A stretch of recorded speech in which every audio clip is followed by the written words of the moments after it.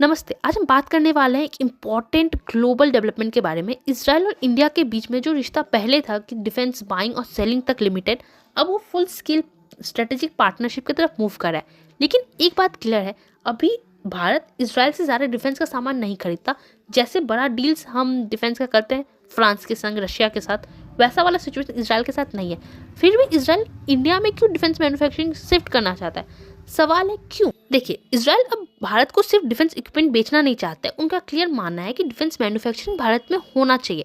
Israel जानता है कि भारत दुनिया का एक बहुत बड़ा और स्टेबल डिफेंस मार्केट बन चुका है और ये मार्केट लॉन्ग टर्म है, टेम्पररी नहीं है।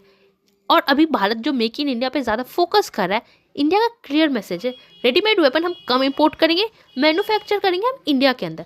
इसराइल समझ चुका है कि अगर उसे इंडिया का डिफेंस मार्केट में फ्यूचर सिक्योर करना है तो बायर सेलर का मॉडल अब काम नहीं करेगा। अब उनको करना पड़ेगा को डेवलपमेंट और को मैन्युफैक्चरिंग का रास्ता, जैसे हमने ब्रह्मोस में किया था, जैसे हम रशिया के संग करते। अगर मैन्युफैक्चरिंग इंडिया में होगा तो क्या होगा? कॉस्ट कम होगा, जॉब क्रिएट होगी, डिफेंस इकोसिस्टम को और स्ट्रॉन्ग बनाया जाएगा और ये लॉन्ग टर्म में इंडिया को एक इंडिपेंडेंट ग्लोबल डिफेंस मैन्युफैक्चरिंग का हब बना सकता है। और एक और इम्पॉर्टेंट पॉइंट है जिसे हम इग्नोर नहीं कर सकते हैं, इंडिया और इसराइल में काफ़ी सिमिलैरिटी है। दोनों कंट्री दुश्मनों से घिरे हुए हैं, दोनों को परमानेंट सिक्योरिटी थ्रेट को फेस करना पड़ता है, दोनों टेररिज्म और प्रॉक्सी वॉर का सामना कर चुके हैं। हाल ही में टर्की ने अनाउंस किया है कि वो पाकिस्तान में ड्रोन को असेंबल करेंगे। टर्की मैक्सिमम ड्रोन्स बना सकता है, उससे ज़्यादा टर्की का डिफेंस इकोसिस्टम में कुछ नहीं, बहुत लिमिटेड है वो।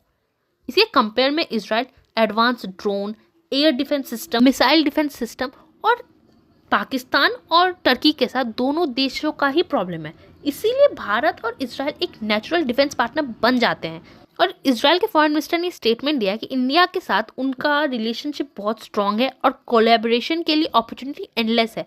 और ये सिर्फ डिफेंस तक लिमिटेड नहीं है, civilian trade, technology, military cooperation, infrastructure connectivity. Israel ने इंडिया के middle east economic corridor IMEC को भी एक स्ट्रॉन्ग फ्यूचर इनिशिएटिव बताया है। अगर ये प्रॉपरली इम्प्लीमेंट होता है तो ट्रेड फास्ट होगा, कनेक्टिविटी और इम्प्रूव होगी। अब बेंजामिन नेतन्याहू जब इंडिया आएंगे, क्योंकि उनका विजिट थोड़ा डिले हो गया है, तो बहुत बड़े बड़े अनाउंसमेंट्स होने वाले हैं।